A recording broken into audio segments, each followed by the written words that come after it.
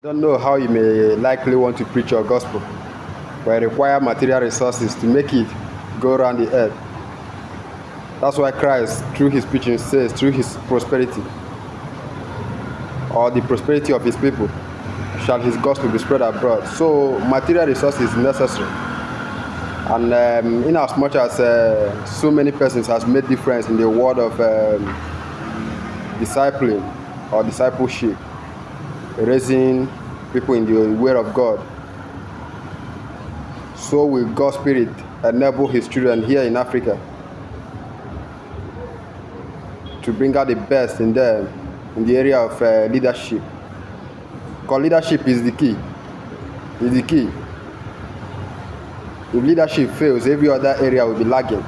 And that's why our lives are not making the impact it should. Because we've neglected the important part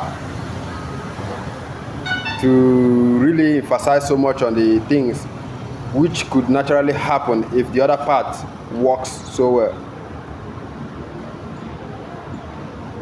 If our leadership works, every other area will not be difficult to work. That's why the Bible says, if your eye is single, you say how marvelous and how focused and how resultful your life will be.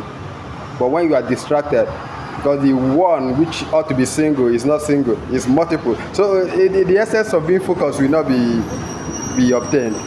That's why we see a lot of distractions all over the place, because we've not gotten the main thing right. And people who are involved ought to be corrected. They ought to be checked.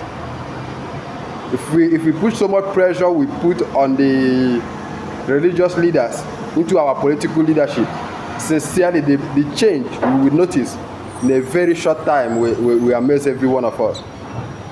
The pressure we put on our religious leaders, if we could by all means put half of that energy on our political leaders, sincerely, we will see what will marvel us in a short while.